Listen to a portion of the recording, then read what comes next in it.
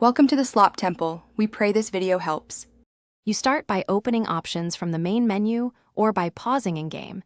This gives immediate access to control settings. Once the menu appears, move to the controls area. It's grouped with audio and display. Make sure you're on the keyboard/controller tab that matches your input device. If you plan to remap during battle, pause first so input won't interfere.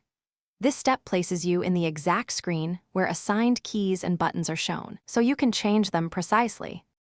Now you'll remap individual actions. Pick the action you want to change, such as attack or confirm, and highlight it. Press the key or controller button you want to assign. Undertale captures that input immediately. If the game warns about conflicts, it will show the current binding, swap, or overwrite as needed.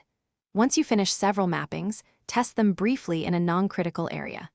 Make sure that directional inputs and confirm/cancel roles feel natural, because proper mapping prevents gameplay. Finish by saving and testing controls in gameplay to confirm everything behaves as expected. If a key or button doesn't respond, go back to options and reassign that specific action, since accidental simultaneous input can block the change. If bindings won't persist after exiting, restart Undertale. Occasional save glitches clear on restart.